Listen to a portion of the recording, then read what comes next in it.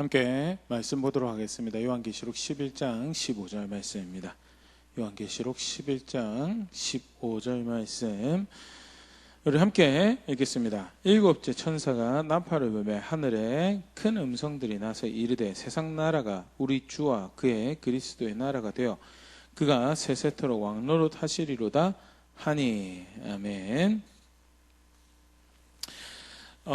우리 계속 주일 오후 수요일 금요일 통해서 요한계시록 말씀 함께 살펴보고 있는데요. 오늘 보면 드디어 이제 일곱째 나팔이 불려지게 되는 장면에 대해서 오늘 같이 함께 생각해 보려고 합니다. 9장에서 여섯째 나팔이 불려지고 난 다음에 그 환난과 그 재앙 가운데서도 회개하지 않는 무리들이 있더라. 근데 10장 11장에 하나님께서 증인을 세우셔서 그 회개하지 않는 강팍하고 왕관 무리들 향한 하나님의 전략을 펼쳐가지고 11장 드디어 나팔이 일곱 번째 나팔이 불려질 때 세상 나라가 우리 주와 그리스도의 나라가 될 것이다. 그리고 그가 왕이심을 인정되어지고 그렇게 존중받는 일이 있을 것이다라고 이야기가 되어지는데요. 몇 모습, 이제 특히 11장 하반절에 소개되어 있는 모습들 가지고 한번 생각을 해보도록 하겠습니다. 첫 번째, 세상 나라가 그리스도의 나라가 된다는 것. 그냥 1차적으로, 문자적으로만 생각을 하면, 하나님 나라가 마치 이 땅에 펼쳐질 것처럼 그렇게 생각을 하게 되는데요. 성경에서 가르치는 모습은 아니죠. 새 하늘과 새 땅에서 하나님 나라가 펼쳐지는 것이고요. 세상 나라가, 새 하늘과 새 땅을 대체하는 이전 하늘과 이전 땅이 하나님 나라가 되지는 않죠. 오히려 다른 성경에서도 그렇고 마태복음도 그렇고요. 요한계시록 다른 본문들도 그렇고요. 이 땅은 치열한 갈등과 전쟁이 사실은 있는 땅이고 미혹이 있는 땅이고 그 가운데 정절을 지키기 수고하는 하나님 백성들의 피가 뿌려지는 동시에 그 하나님을 아는 고백들을 만들어가는 현장이 되는 그런 장소지 절대 이 세상 나라가 하나님 나라 될 것을 이야기하는 것은 아니다. 그러면 세상 나라가 그리스도 나라가 된다는 게 무슨 의미하는가? 무엇을 의미하는가? 세상의 모든 사람이 회심하여 구원을 받는다는 것을 의미하는 건가? 많은 사람이 허다한 무리들이 복음을 받아들고 구원 받을 거에 대해서는 가르치고 있죠. 하지만 모든 사람이 세상 나라가 그리스도의 나라가 될 것을 그런 측면에서 말씀하고 있지는 않죠. 성경은요, 구원받는 사람들에 대해서요, 여러 가지 표현들이 있지만, 절대 모든 사람이, 모든 세상이 구원받을 것을 이야기하고 있지 않습니다. 대표님 본문에 몇 개 생각을 해보면, 선택받은 사람의 구원을 가르치고 있습니다. 로마서 8장 29절 30절 하나님이 미리 아신 자들을 또한 그 아들 형상을 본받게 하기 위하여 미리 정하셨으니 이는 그로 많은 형제 중에서 맏아들이 되게 하려 하심이라 하면서 누가 구원받는가? 미리 아신 자들 중에서 그가 미리 정하신 자들이 구원받는 거고 30절에 또 미리 정하신 그들을 또한 부르시고 부르신 그들을 또한 의롭다 하시고 의롭다 하신 그들 또한 영화롭게 하셨느냐 해서 미리 아신 자들 중에서 정하신 그들만이 부름을 받고 의롭다 하긴 받고 영화롭게 될 거에 대해서 그래서 철저하게 선택받은 사람들만 구원받는다는 굉장히 이렇게 논란의 여지가 되는 그런 부분이긴 하죠. 그러면 이제 이걸 이제 인간의 논리로 왜곡시켜서 그럼 구원받은 사람 정해져 있고 멸망받은 사람 정해져 있으니까 우리 전도가 무슨 필요 있고 우리 신앙에 무슨 필요가 있냐라는 그런 극단적인 자세로 가는 경우들이 있는데요. 사실 선택받은 사람의 구원은 이 표현이 사용된 대표적인 이 목적은 박해와 혼란과 어려움 가운데 걸어가더라도 하나님께서 그들을 지키신다라는 것을. 그래서 선택받은 그들은 하나님께서 건져가실 것에 대한 약속하신 그가 선택하신 것을 절대 놓쳐버리지 잃어버리지 않으시고 구원하실 것에 대한 확신과 위로와 격려를 주시는 그런 말씀이고요. 더불어서 선택받은 사람이라면 그 자신의 자리를 지켜가는 것이 그것이 신앙의 모습인 것에 대해서 간접적으로 시사하는 부분이 절대 운명론처럼 사용하라고 주신 말씀이 아니죠. 목적대로 읽어야 돼요. 의도대로 읽어야 되는 거고요. 다시 본래 내용으로 돌아가서요. 선택받은 사람이 구원받는 것이 모든 사람이 구원받는 거 아니다. 더불어 또 하나 또 보면요. 예수님 믿는 사람이 구원받는 거죠. 근데 그것을 이렇게 표현하고 있습니다. 마태복음 7장 13절 14절. 좁은 문으로 들어가라. 멸망으로 인도하는 문은 크고 그 길이 넓어 그리로 들어간 자가 많고 생명으로 인도하는 문은 좁고 길이 협착하여 찾는 이가 적음이라. 예수 믿는 거 좁은 문 들어가고 좁은 길 가는 거다라는. 절대 많은 사람이 그리로 가지 않고 가지 못한다라는 것.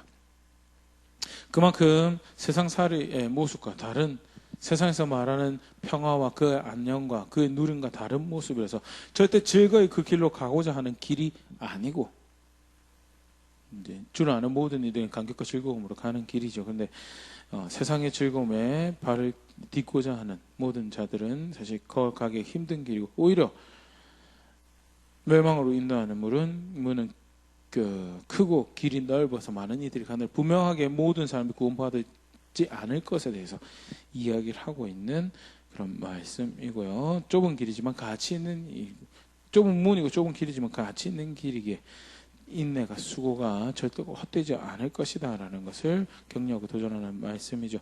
분명한 것은 모든 사람이 회신하여 구원받는다라는 말씀은 아니다라는.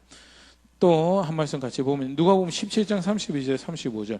롯의 철을 생각하라. 무릇 자기 목숨을 보존하고자 하는 자는 잃을 것이요 있는 자는 살리리라. 모든 사람이 구원받을 것 같아요. 나파 볼 때 모든 세상 나라가 그리스도 나라가 된다는 것이 모두 다 회심해서 구원받을 거다라는 말씀이 된다면, 굳이 롯의 철을 생각하면서 경각심 가지고 긴장하면서 혹시 세상 사랑에, 세상 욕심에 뒤돌아보는 자리에서 그거 못내 아쉬워서 뭐 누리지 못하는 서글픔으로 뒤돌아보는 자리에 있는 그런 자리에 있지 않도록, 멸망받을 자리에서 건져서 나왔으면, 그래서 어디에 생명이 있는 걸 알면 그를 향해서 곧 가는 것이, 그게 구원받은 백성의 모습이지, 롯의 처가했던 것처럼 그거 못내 아쉬워서 그거 더 누리고자 뒤돌아보는 것, 그거 절대 아니다라는 것. 세상의 것을, 33절, 세상의 것으로 자신의 목숨을 위해보자라는 그 어떤 수고들 사실 다 잃는 것이 될 것이다. 오히려 세상 보기에는 어리석은 것 같고 잃는 것 같더라도 하나님 말씀 따라서 그리스도의 보온을 쫓아서 잃는 것 같은 자리를 선택하는 것이, 그것이 사는 길이다라고 이야기하면서 34절. 내가 너에게 이르노니 그 밤에 둘이 한 자리에 누워 있으며 하나는 데려가면 얻고 하나는 버려둠을 당할 것이요 두 여자가 함께 맷돌을 갈고 있으며 하나는 데려가면 얻고 하나는 버려둠을 당할 것이라. 세상사에 가장 어떻게 보면 기본적이고 원초적인, 뭐 예수 믿는 사람들, 예수 안 믿는 사람들은 기본적으로 살아가는 모습이죠. 누워서 자는 자리에 있는 것, 맷돌을 갈고 음식을 준비하고 하는 그런 모습들. 분명한 것은 깨어 있어서 정말 마음을 둬야 될 것을 묻고 그렇게 신실하게 진실되게 예수를 믿는 자들은 데려감을 얻는 것이고 나머지는 버려둠을 당하는 것이다. 오늘 본문 같이 생각해보면요, 세상 나라가 그리스도의 나라가 되는 것, 마치 모든 사람이 구원받는 것처럼 그렇게 이야기할 수 있는데요, 절대 그런 거 아니다라는 거. 성경에서 절대 그것을 지지하고 있지 않다는. 그러면 세상 나라가 주와 그리스도의 나라가 된다는 것이 무엇을 의미하는가라고 생각할 때요, 앞에 이어진 본문에서 생각을 해보면요, 결국 땅끝까지 복음이 이르는 모습에 대해서, 그래서 누가 구원의 소망인지에 대해서 분명히 받아들이지 않는 자들도 물론 있지만 그렇게 그것을 받아들이고 그리스도가 왕으로 존중되어지는 이들이 땅 가운데 있을 것에 대해서 말씀하는 본문으로 보는 것이요, 더 이렇게 본문의 의미를 왜곡하지 않고 보는 모습이 아닐까 생각되는데, 마태복음 24장 14절. 이 천국 복음이 모든 백민족에게 증언되기 위하여 온 세상에 전파되리니 그제야 끝이 오리라. 그죠? 한간에는 천국 이 말씀을 시한부로 읽죠. 그래서 천국 복음을 땅끝까지 전하면 예수님 오실 거다라고. 예수님 왜 못 오시느냐? 복음을 전하지 않아서 그렇다라고 하면서 성교동원의 일종의 말씀으로 사용하는데요, 굉장히 잘못된 신학이고요, 잘못된 해석의 모습이죠. 아버지도 모르고요, 죄송합니다, 아버지 모르고요, 예수님도 모르고요, 오직 천사도 모르고 오직 아버지 한 분만 안다라고 한 것이 똑같은 마태복음 24장에 이야기 되어지는 거고요. 그런데 자기들이 전략 짜가지고 2025년 2030년이면 복음 땅끝까지 전해질 거고 그리고 예수님 올 거다라고 이야기하는 것은요. 그것은 강조에 오르고요. 그거보다는 멸시당하고 박해당하고 어려움 당하지 마세요. 결국 사실 이 천국 복음이 하나님 나라 복음이 온 땅끝까지 펼쳐질 것이고 그리고 예수님이 승리자로 그 나라를 세우신 분으로 올 것이다라는 것을 말씀하시는 본문으로 위로와 격려의 말씀이고 또한 붙잡아야 될 것을 붙잡고 끝까지 견디라는 도전의 말씀으로 보는 것이 성경 안에서 본문을 보는 바른 모습이고요. 분명한 것은 오늘 현상을 이해할 수 있는 하나의 힌트가 되는 것. 증인들의 사역에 의해서 복음이 전해지고 마지막 나팔이 불려졌을 때 일곱째 나팔이 불려졌을 때 그리스도가 왕이신 것을 존중한 것이 모든 사람이 그렇게 받아들이지 않더라도 온 나라 가운데 그것이 있을 것이다 해서 볼 수 있는 모습이고요. 더더군다나 이제 사실 이 일곱째 나팔이 마지막 재앙, 일곱 재앙을 이제 포함을 하고 있는 거라서 마지막 성취의 모습으로도 재림하실 때 그가 오실 때 예수님이 왕이셨구나라는 인정하는 그런 모습으로도 볼 수 있는 그런 대목이죠. 절대 모든 사람이 구원받는다라는 것은 아니다라는 것. 증언을 통하여 복음이 땅끝까지 정해지는 모습들 다시 지난 시간에 봤던 것들 이렇게 보면요. 이 마지막 때를 회개하지 않는 강팍함, 그럼에도 불구하고 완고하고 강팍함으로 교만함으로 똘똘 뭉쳐진 사람들 향해서 하나님께서 전략을 세우신 게 뭐냐? 사도 요한에게 두루마리를 먹이시면서 다시 예언하라. 요한계시록 10장 11절 그가 내게 말하기를 네가 많은 백성과 나라와 방언과 임금에게 다시 예언하여야 하리라 하더라 라면서. 그런데 단순히 요한 개인의 부르심인가? 그보다는 이제 그 다음에 두 증인의 이야기로도 또 요한이 어떤 존재인가에 대해서 확인되는 것처럼요. 교회에게 주시는 사명이고 부르심이고 하나님의 전략이 교회를 그렇게 사용하시는 모습에 대해서 볼 수 있죠. 요한계시록 11장 3절 내가 나의 두 증인에게 권세를 주리니 그들이 굵은 베옷을 입고 1260일을 예언하리라. 여기서 두 증인은 개인 어떤 인물의 두 증인보다는요. 스가랴 선지자가 이야기했던 이제 두 감람나무 두 증인을 이야기하는 것으로 보고 신실한 하나님 백성, 특별히 왕과 제사장으로 예표되는 왕 같은 제사장으로 사역하신 그리스도와 그 안에서 왕 같은 제사장 사역할 교회를 지칭하는 것으로 이제 보는 해석이 또 본문을 부합하다 생각돼 교회에게 권세를 주셔서 하나님 말씀을 증언하는 증인이 되는 그 사역을 하게 하실 것이고. 복음을 전하는 그리스도의 그 구원의 기쁨을 나누는 그런 일들을 하게 하실 거다는 쉬운 길이 아니지. 권세를 주셨고 하나님 함께 하신 보호가 있지만 박해받는 길이고 이 박해받는 모습이 더욱이 모든 사람이 회심한다라는 것이 아님을 또 확인하는 모습이죠. 요한계시록 11장 8절 그들의 시체가 큰 성 길에 있으리니 그 성은 영적으로 하면 소돔이라고도 하고 해굽이라고도 하니 곧 그들의 주께서 십자가에 못 박히신 곳이라. 예수님께서 십자가에 못 박힌 자리에 이르도록 증인이 되고 증언하는 그런 사역을 감당하지만 결국 그들이 마주하는 것은 죽음이고 수치고 모욕이고 마치 버려진 자와 같은 자리에 있는 그런 모습이다라는 박해를 당할 거에 대해서. 하지만 하나님께서 분명히 약속하시죠. 내가 보호할 거다라는 거. 어떻게 보호하신 거예요? 요한계시록 12장 1절이죠. 또 내게 지팡이 같은 갈대를 주며 말하기를 일어나서 하나님의 성전과 제단과 그 안에서 경배하는 자들을 측량하되 성전 바깥 마당은 측량하지 말고 그냥 두라. 이것은 이방인에게 주었은지 그들이 거룩한 성을 42달 동안 짓밟으리라. 하면서요. 증언하는 1260일이 30으로 계산을 하면 42달이 되죠. 그래서 증언하는 그 시간이 사실은 짓밟힘을 당하는 시간이 되고 그럼에도 불구하고 영적으로는 내적으로는 하나님께서 측량하셔서 내 것이라고 나타내시고 보호하실 거라는 거예요. 그래서 그 마태복음 10장 말씀처럼요. 육신은 상하게 할 수 있으나 영혼은 멸할 수 없는 그들의 박해인 거예요. 하나님께서 보호하실 것이고 인도하실 것이고 결국 마지막에 승리하게 하실 것에 대해서 말씀하시고요. 마지막 때를 살아가는 교회가 그렇게 하나님 전략 가운데 자기 자리를 지킬 것을 격려하시죠. 말씀 통해서. 그리고 그것이 실제로 일곱째 나팔이 불려졌을 때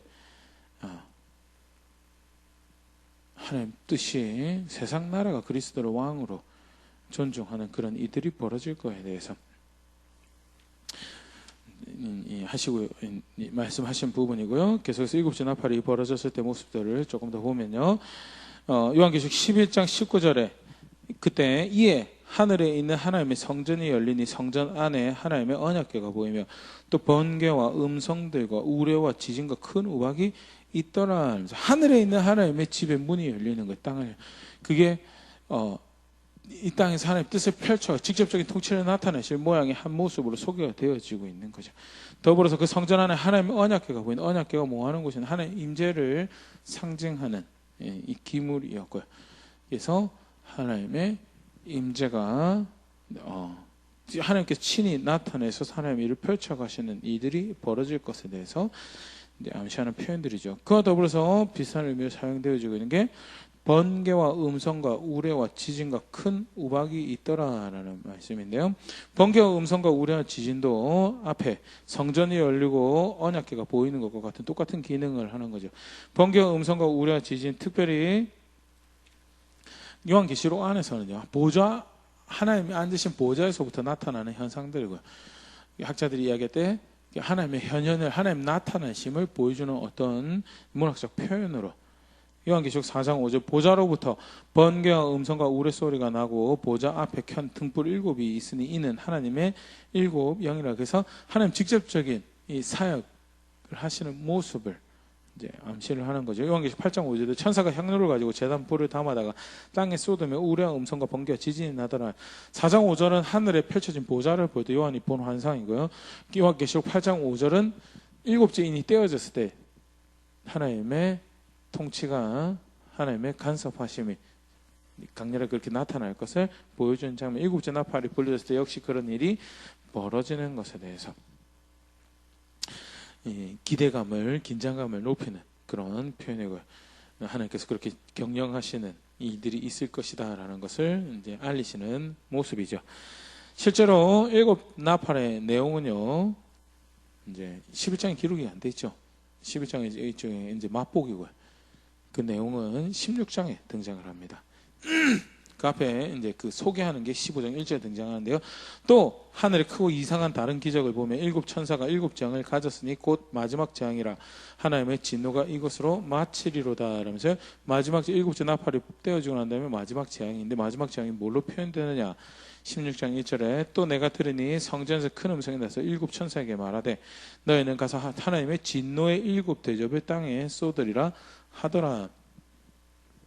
일곱 나팔의 내용에 대해서 그 구체적인 내용이 일곱 대접으로 이제 표현이 되는 거예요. 그 앞에도 사실 이런 일이 있었죠. 일곱 인이 떼어졌을 때 번개와 음성과 우레와 지진이 표현되기는 하지만요, 구체적인 모습은 일곱 나팔로 이제 표현이 되어졌고요. 일곱 번째 나팔이 불러졌을 때 구체적인 모습은 일곱 대접으로 표현이 되는 거예요. 그래서 일곱, 첫째인, 둘째인, 셋째인, 넷째인, 다음에 하나, 둘, 셋, 넷 나팔, 하나, 둘, 셋, 넷, 다음에 대접, 순차적으로 벌어지는 일들이라기보다는 마지막 때를 표현하는 여러 관점의 모습들을 보여주는 것으로 이해하는 그런 해석들이 사실 그런 구도에서, 그런 이해에서 등장을 하고 있죠. 무엇보다도 분명한 것은요, 하나님 통치하신다라는 것을 분명히 보여주고 있죠.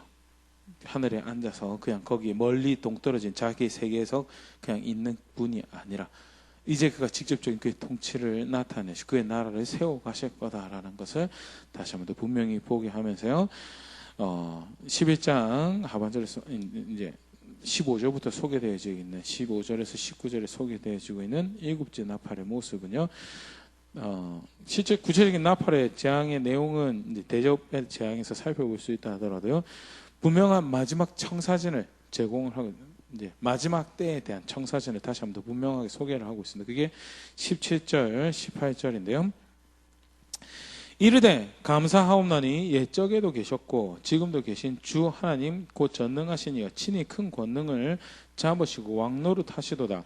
이방인들이 분노하매 주의 진노가 내려 죽은 자를 심판하시며 종 선지자들과 성도들과 또 작은 자든지 큰 자든지 주의 이름을 경외하는 자들에게 상 주시며 또 땅을 망하게 하는 자들을 멸망시키실 때로소이다 하더라. 이제 세상 나라가 그리스도의 나라가 되어 그가 왕노를 하시리로다라는 선언이, 큰 음성이 선언이 있고요. 그리고 24장로들이 이제 그 보좌에 앉은 하나님 앞에 경배하는 장면이 이제 17절, 18절 이제 등장하는 건데요. 결국 뭘 다시 보여주고 있냐? 분명히 마지막에는 하나님께서 왕이 되실 거다라는 거에 대해서 큰 권능을 잡으시고 그가 왕노릇 하실 거다. 하나님이 왕이신, 그리고 왕이라는 말은 나라가 있다라는 거죠. 하나님께서 왕이신 나라가 세워질 거다라는 것을 분명히 다시 한 번 더 확인하고 있는데, 임박한 이 모습에서요. 이 임박한 것을 다시 한번 볼 수 있는 대목이 또 17절에 등장을 하는데요. 옛적에도 계시고 지금도 계시다라는. 근데 요한이 사실은 이 표현을 사용할 때 한 가지가 더 등장하죠. 장차 오실이라는 표현이 그 앞에서는 사용되는데 지금 이 장면에서 그게 일종의 생략이 되었어요. 그 말은 그 임박했다. 그게 지금 이제 현재의 일이 되어버린 모습을 이제 보여주는 거고요. 그렇게 하나님께서 왕이신 나라가 곧 세워질 것을. 그게 사실은 마지막이죠. 일곱째 나팔, 죄송합니다. 일곱 인, 일곱 나팔, 일곱 대접 다 하나하나 잘 소중한 내용이죠. 근데 결국 사실 그것이 무엇을 이야기하고 있느냐? 하나님이 왕이신 나라가 이제 세워질 거다라는 것을 보여주고 있는 거에 대해서. 그리고 그것들을 이제 바르게 이해하는 모습이 뭐냐? 결국 그 나라가 세워지고 있는 과정을 이야기를 하고 있는 것이, 이 재앙 하나하나 뭔지 이해하는 거 굉장히 중요하죠. 하지만 그 재앙 알아서 그거 피해라고 주신 말씀이 절대 아니다라는 것. 그런 일들이 벌어질 때 어떻게 그 사건들을 받아들이냐? 하나님이 왕이신, 그가 권능을 부여잡으시고 왕이신 나라를 세워가시고 계신 거예요. 이게 곧 이제 그 일이 일어나겠구나라는 것을 이제 보는 거죠. 그런 청사진을 일곱째 나팔을 불려주고 24장들이 예배하는 장면에서 다시 한번 더 분명히 확인을 하고 있죠. 요한계시록 22장 3절 4절 그 나라의 모습 다시 한번 더 보면요. 다시 저주가 없으며 하나님과 그 어린 양의 보좌가 그 가운데 있으리니 그의 종들이 그를 섬기며 그의 얼굴을 볼 터이요 그의 이름도 그들의 이마에 있으리라며. 하나님 백성들이, 그 종들이 그의 이마를 그 이마에 두고, 이게 내 거다라는 인이죠. 일종의 하나님 백성이라는 확인이죠. 그러면서 하나님 얼굴을 보고 굉장히 감격스럽고 영광스러운 모습이고, 그 하늘과 땅의 주인을 섬기는 그런 자리에서 다시는 어떠한 저주도 없는 그런 나라가 펼쳐질 것이고, 하나님께서 결국 왕이신 나라 그렇게 펼쳐질 거에 대해서. 물론 사실은 이제 우리가 일반적으로 할 때 비전, 이렇게 요한계시록 이야기하는 비전 세 가지로 이야기하면 예수님이 재림하실 것이고, 예수님이 재림하셔서 다시 오시고서 하나님 나라를 세우실 것이고, 그리고 그때 모든 것이 그의 심판 아래 내려질 것이다라는 것을. 네, 그가 왕이신 나라가 펼쳐진다는 것은 예수님께서 다시 오심에 대해서 이제 함축하고 있는 표현이죠. 마지막 때에 하나님께서 왕이신 나라가 세워질 것이고, 두 번째는요, 심판으로 그 왕의 통치가 펼쳐질 것이다. 18절에 이방들이 분노하며 주의 진노가 내려 죽은 자를 심판하시며, 그의 심판이 얼마나 엄중하고 그 어느 누구도 피해갈 수 없는가를 보여주는 대표적인 표현이 죽은 자도 심판하실 것이고, 이전에 지나갔던 모든 자를 심판하시고, 더불어서 종 선지자들과 성도들과 또 작은 자든지 큰 자든지 주의 이름을 경외하는 자들에게 상 주시며, 이 또 다른 심판의 모습이죠. 쉽게 그렇게 해석하기도 합니다. 종 선지자는 구약의 신앙의 선배들, 바른 신앙의 선배, 성도들은 신약의 교회, 또 작은 자든지 큰 자든지는 이방인, 주의 이름을 경외하는 모든 자들을 그렇게 보일 수도 있는 부분이고요. 사실 그렇게 굳이 나눈다라는 것도 사실 조금 애매한 구체적으로 완전히 이게 그걸 의미한다라고 확증하기에는 조금 근거가 좀 부족하긴 하지만요. 그렇게도 볼 수 있는 본문이기도 하고요. 분명한 것은 하나님의 선지자로 성도로 작은 자들 큰 자들 주의 이름을 경외하는 자들에게는 그 심판 그 통치 가운데 복을 누리는 은총을 누리는 상을 누리는 그런 일. 심지어 죽은 자들까지도 다 심판하시는 그런 피할 데가 아무도 없는 그런 심판을 하시면서 상과 벌을 내리시고 더불어서 또 땅을 망하게 하는 자들을 멸망시키실 때로소이다 하더이다. 모든 자들을 거역하고 대적한 모든 자들을 멸망시키시는 모습이 이제 기록이 되어 있으면서요. 심판하실 것이다는 마지막 때 청사진 우리가 향하고 있는 청사진 우리 어디로 가고 있느냐? 하나님 왕이신 나를 향해 가고 있다. 그것이 우리에게 기쁨이 되는 것은 우리가 예수님을 알고 그 안에 있는 죄의 용서과 그 안에 있는 구원의 소망을 우리가 알게 우리가 그것을 기뻐하고 기대할 수 있는 거고 반대로 그렇지 않은 모든 자들은 그의 길을 따르지 않는 모든 자들에게는 결국 뭘 마주할 것인가? 심판을 우리도 사실 심판을 마주하죠. 그러기에 더더욱 그리스도의 본을 따라서 그리스도의 법으로 살아가는 것이 중요한 것이고요. 요한계시록 20장 11절 14절 또 내가 크고 흰 보좌와 그 위에 앉으신 이를 보니 땅과 하늘이 그 앞에서 피하여 간데 없더라. 마지막 심판의 모습이죠. 그 위험이 그 심판의 엄유하심이 그 존재의 위험이 얼마나 놀라운지 자랑할 것이 된다라고 하는 땅과 하늘이 광활하다고 아름답다라고 자랑하는 것들이 오간데 없어지고요. 12절 그가 앉으셔서 심판하시죠. 또 내가 보니 죽은 자들이 큰 자나 작은 자나 그 보좌 앞에 서 있는데 책들이 펴 있고 또 다른 책이 펴졌으니 그 생명책이라 죽은 자들이 자기 행위에 따라 책들에 기록된 대로 심판을 받으니 행위대로 심판을 받는데 죽은 자들, 산자들 다 심판받고요. 바다가 삼킨 자들도 심판받죠. 13절 바다가 그 가운데 죽은 자들 내주고 또 사망과 음부도 그 가운데 죽은 자들을 내주매 각 사람이 자기 행위대로 심판을 받고 14절 사망과 음부도 불못에 던져지니 이것은 둘째 사망 곧 불못이라. 그래서 모든 것이 심지어 사망과 음부도 심판 앞에 내려지는 그 엄유하신 심판이 종착점인 거에 대해서. 그래서 멸망을 망하게 하는 자들, 주를 거역하고 망하게 하는 자들은 심판을 당할 것이고 벌을 받을 것이고 반대로 주의 이름을 경외한 모든 선지자, 성도, 작은 자들, 큰 자 상관없이 상을 받을 것이다. 그게 일곱째 나팔이 불려지고 벌어질 일에 대한 찬사와 영광을 돌려지는 고백에 진실로 그 일을 행하실 왕이십니다라는 고백을 하고 있는 모습이고요. 그 일이 임박해졌음을 보는 동시에 우리는 다시 한번 더 마지막 분명한 모습을 우리가 어디로 향하고 있는지를 확인하는 그런 대목인데요. 간단하게 일곱째 나팔의 서막과 같은 장면들 살펴봤는데요. 다시 한번 더 분명히 확인할 수 있으면 좋을 것은 우리가 어디로 가고 있는 여정, 어디로 가고 있는 인생을 살아가고 있는 것인가에 대해서 여러 가지 다른 삶의 목적들을, 목표들을 이야기를 합니다. 그걸 가지고 계획을 하기도 하고요. 그래서 몇 살 때까지 뭘 하고 몇 살까지 적어도 이런 것들을 누리고 그리고 은퇴 후에는 뭘 하고 그런 정한 계획들이 있죠. 하나님께서 주신 지각 가지고 하는 말씀을 따라서 설계하는 건 나쁘지 않다고 생각합니다. 그런데 무엇보다 분명한 방향성 안에서 그 일들이 이루어져야 되고 실제로 그 걸음걸음이 그 방향을 따르는 자리에 그것을 준비하고 예비하고 따른 자리에 있어야 되는 것이 그것이 지혜고 하나님은 그 일을 위해서 말씀을 주셨고요. 그리고 주인 되신 하나님을 안다면 실제로 그 말씀 앞에서 선택을 만들어가는 하나님 백성의 모습이다라는 것. 어디로 가고 있느냐? 결국 하나님이 만드실, 세우실 영원한 나라를 향해 가고 있는 거다. 이 땅의 나라가 영원한 나라가 될 것이 절대 이 땅에 누리고 있는 돈과 명예와 권력이 이 땅의 관계가 내가 목숨 걸만하도 생각하는 가치 있는 것이 결국 그 영원한 나라에 무슨 의미를 가지고 있는가?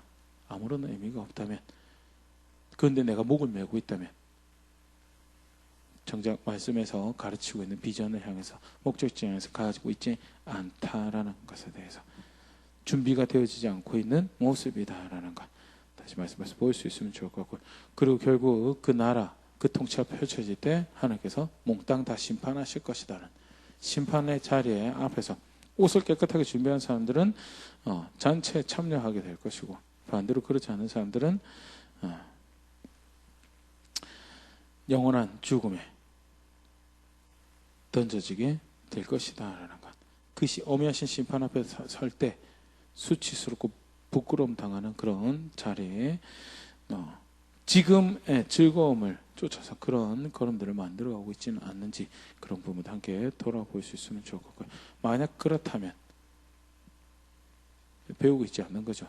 여기서 이야기하고 가르치고 있는 비전과는 전혀 상관없는 걸음들을 만들어가고 있는 거고요. 구체적인 7째 나팔의 내용들은요, 우리 이제 계속해서 살펴갈 것이고요. 이제 그 다음에는 이제 또 다른 삽입구죠. 12절에서 15절의 내용 다음 시간 계속 살펴볼 텐데요.